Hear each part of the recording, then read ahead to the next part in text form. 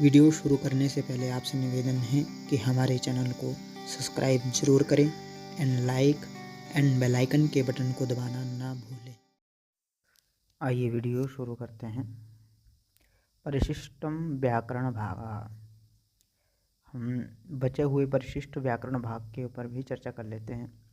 आपके संस्कृत तुर्गमनी के सारे पाठ तो खत्म हो गए हैं। अब आपके यहाँ पर परिशिष्ट व्याकरण भाग को देख लेते हैं। तो इसमें जो क भाग में पहले शब्द रूपों कुछ शब्द रूप दिए गए हैं। तो सबसे पहला शब्द रूप है देव। यह आकारांत पुल्लिंग शब्द है। ठीक है, तो आपको शब्दों में यह हमेशा ध्यान रखना है कि यहाँ पर 7 विभक्तियाँ सब जगह मिलेगी। आपको एक वचन, द्विवचन, बहुवचन आपको सब जगह मिलेगा। ठीक है, तो इसलिए यहाँ पर यही बात विशेष ध्यान रखनी है कि प्रथमा, द्वितीया, तृतीया, चतुर्थी, पंचमी, षष्ठी और सप्तमी और संबोधन ये तो आपको सब जगह मिलेंगे। ठीक है, तो इनके उच्चारण करने की आवश्यकता नहीं होती है, इनको केवल ध्यान रखा जाता है। प्रथमा, द्वितीया, तृतीया ये जो 7 विभक्तियाँ हैं और संबोधन सहित 8 विभक्तियाँ, और एक वचन, द्विवचन और बहुवचन इनका भी आपको केवल ध्यान में रखना है कि यह एक वचन, द्विवचन, बहुवचन होता है। बाकी इनको छोड़ करके शब्द रूप चलाया जाता है। ठीक है, तो यहाँ पर पहला देव शब्द है जो अकारांत पुल्लिंग शब्द माना जाता है। ठीक है, तो पुल्लिंग शब्द जो अकारांत देव शब्द है इसके रूप इस प्रकार से चलेंगे। देवः देवौ देवाः, देवं देवौ देवान्, देवेन देवाभ्याम देवैः, देवाय देवाभ्याम देवेभ्यः, देवात् देवाभ्याम देवेभ्यः, देवस्य देवयोः देवानां, देवे देवयोः देवेषु, हे देव हे देवो हे देवाः। ठीक है, तो यहाँ पर एक बात और आपको ध्यान रखनी कि छात्र देव अकारांत पुल्लिंग शब्द के रूपों को देखकर अन्य अकारांत पुल्लिंग शब्दों के रूप स्वयं बनाए, जैसे नर, बालक, बाल, छात्र, अश्व, पिक, काक, विद्यालय, अध्यापक आदि।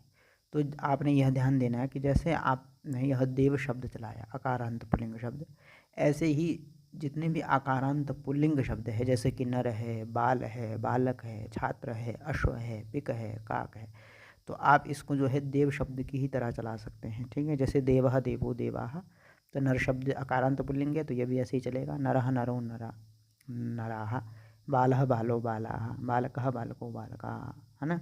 ये सारे शब्द जो है अकारांत पुल्लिंग जो भी होंगे वो देव शब्द की तरह ही चलेंगे। तो ये बात आपको ध्यान रखनी है।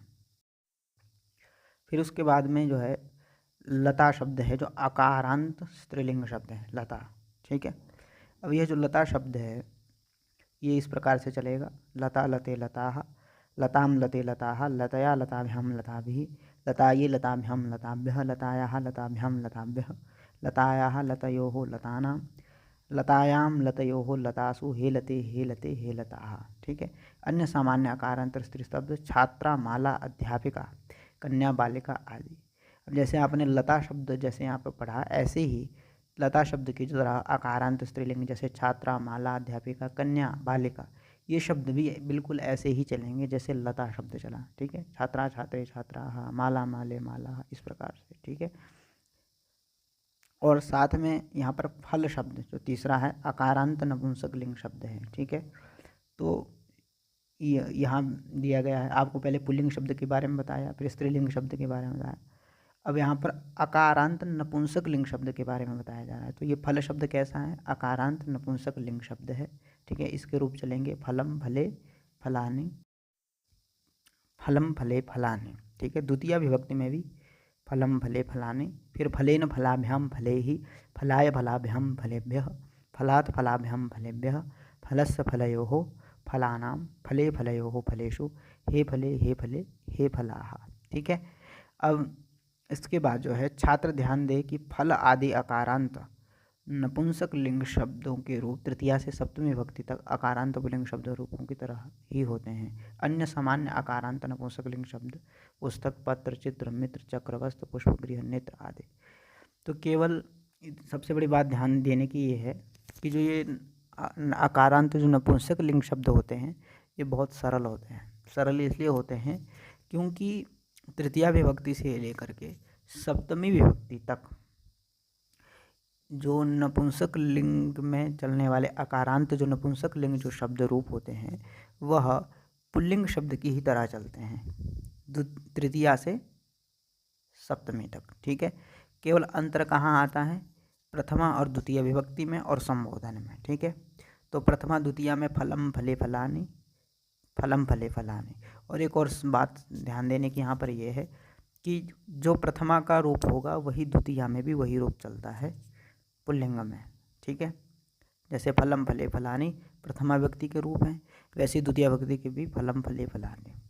और जो प्रथमा व्यक्ति के रूप है वही जो क्या बोलते हैं संबोधन में चलेंगे, हे फल हे फले हे फल हे फले हे फलानि। ठीक है, तो बस ये इसमें ध्यान हमेशा रखना है कि जो अकारांत नपुंसक लिंग शब्द होते हैं, ठीक है, अकारांत नपुंसक लिंग शब्द तृतीया विभक्ति से लेकर के सप्तमी विभक्ति तक पुल्लिंग शब्द के शुभ की तरह चलते हैं। ठीक है, और प्रथमा द्वितीय विभक्ति में यह सामान्य होते हैं। ठीक है, और संबोधन में भी यह सामान्य होता है। ठीक है, तो ये आपने ध्यान देना है।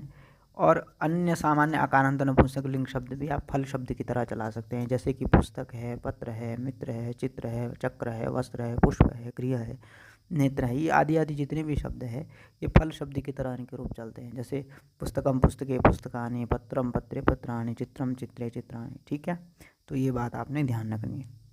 फिर यहाँ पर आपको शब्द रूपों के बारे में बता दिया, स्त्रीलिंग और पुल्लिंग, स्त्रीलिंग, नपुंसक लिंग, तीनों प्रकार के शब्दों के बारे में आपको यहाँ पर बता दिया गया। ठीक है, अब जो है ख भाग में आपको धातु रूपाणी, धातु के बारे में बताया जा रहा है। ठीक है, कुछ धातुएं यहाँ पर आपको बताई जा रही हैं, तो उसको ध्यान से देखिए।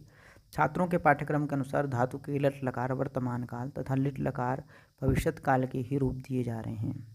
क्योंकि आपका जो ये पाठ्यक्रम था, सिलेबस था संस्कृत का यहाँ पर 6वीं कक्षा में, वो आपको लट लकार का था जो वर्तमान काल में प्रयोग किया जाता है, और लिट लकार का था जो भविष्यत काल के लिए प्रयोग किया जाता है। तो उसी के यहाँ पर रूप दिए जा रहे हैं, लट लकार और लिट लकार। कोई भी धातु के यहाँ पर लट और लिट लकार के रूप दिए जा रहे हैं। ठीक है, तो आपने वो ध्यानपूर्वक देखने हैं।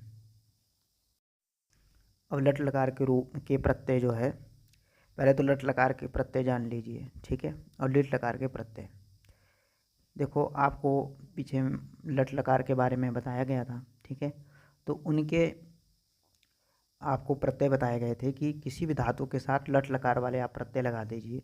ठीक है, तीनों पुरुषों में, तो आपकी वो धातु का लट लकार का रूप बन जाएंगे। ठीक है, ऐसे ही मैंने लिट लकार में भी आपको बताया था कि लिट लकार के भी प्रत्यय हैं। जिस प्रकार से लट लकार के प्रत्यय होते हैं उसी प्रकार से लिट लकार के भी प्रत्यय होते हैं। ठीक है, तो आपको ये मैंने बताया था। तो हमेशा आपको बात ध्यान रखनी है कि किसी भी धातु का कोई भी लकार लट लकार का अगर रूप बनाने हैं, किसी भी धातु के अगर लट लकार के रूप बनाने हैं, तो आपको इन प्रत्ययों को ध्यान में रखना है। ये प्रत्यय कौन कौन से हैं? ये हैं ती तह अंति, सी थह थ, आमी आवह आमह। ठीक है, तो ये इन प्रत्ययों को आप किसी भी धातु के साथ जोड़ देंगे तो आपके लट लकार के उस धातु के लट लकार के रूप बन जाएंगे। जैसे मान लो पठ धातु है, तो उसको आप जो है इसके साथ जोड़ दीजिए, बन जाएंगे पठती पठतः पठन्ति, पठसी पठतः पठत, पठामि पठावः पठामः। ठीक है, सामान्य सी बात है। ऐसे ही लिट लकार, जैसे लट लकार के प्रत्यय होते हैं वैसे लिट लकार के भी प्रत्यय हैं। वो प्रत्यय हैं स्यति स्यतः स्यन्ति, स्यसि स्यथः स्यथ, स्यामि स्यावः स्यामः। अब इसमें भी जैसे कोई भी धातु ले लीजिए आप और उस धातु के साथ इन प्रत्ययों को जोड़ दीजिए। जो ये लिट लकार के स्यति स्यथा आदि प्रत्यय हैं, इन प्रत्ययों को अगर आप जोड़ दोगे किसी भी धातु के साथ तो आपके उस धातु के लिट लकार के रूप बन जाएंगे। जैसे मान लो पठ ही धातु को मैंने जोड़ा तो पठिष्यति पठिष्यतः पठिष्यन्ति, पठिष्यसि पठिष्यतः पठिष्यतः, पठिष्यामि पठिष्यावः पठिष्यामः। ठीक है, बस कहीं कहीं इतना अंतर होता है कि स की जगह जो है श हो जाता है। ठीक है, बाकी कोई अंतर नहीं आता, प्रत्यय ये वही रहता है। बात समझ में आ गई होगी आपको। ठीक है, बाकी ई का प्रयोग होता है। जैसे लिट लकार में पठ धातु है तो पठ धातु से के साथ ई और श का प्रयोग अधिक होता है, और बाकी आपके लिट लकार के रूप बन जाते हैं। ठीक है, तो इन प्रत्ययों को आपको ध्यान रखना है कि लट लकार के प्रत्यय कौन कौन से हैं, लिट लकार के प्रत्यय कौन कौन से हैं।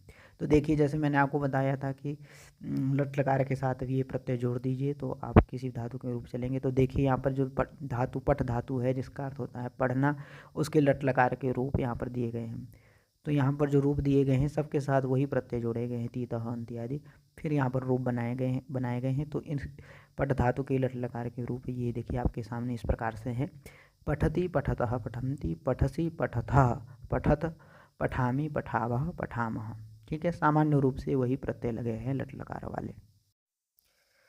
अब इसके आगे जो है, अब देखिए लिट लकार के रूप पठ धातु के हैं। ठीक है, इनके आगे वही प्रत्यय लगाने हैं आपको लिट लकार वाले जो मैंने बताया थे, सतिशत है ना। तो रूप आपके बनेंगे पठिष्यति पठिष्यता पठिष्यन्ति पठिष्यसि पठिष्यथा पठिष्यथ पठिष्यामि पठिष्यावः पठिष्यामः। ऐसे ही दूसरी धातु लिख ले लीजिए जिसका अर्थ होता है लिखना। अब इसके लट लकार के रूप अगर इनके साथ तीतः प्रत्यय लगा दीजिए तो ऐसे चलेंगे, लिखति लिखता लिखन्ति लिखसि लिखता लिखत लिखामि लिखावः लिखामा। ऐसे ही धातु लिट लकार के रूप है लेखिष्यते लेखिष्यतः लेखिष्यन्ति लेखिष्यसि लेखिष्यतः लेखिष्यतः लेखिष्यामि लेखिष्यावः लेखिष्यामः। ठीक है, कोई अंतर नहीं है, केवल वही प्रत्यय लगे हुए हैं।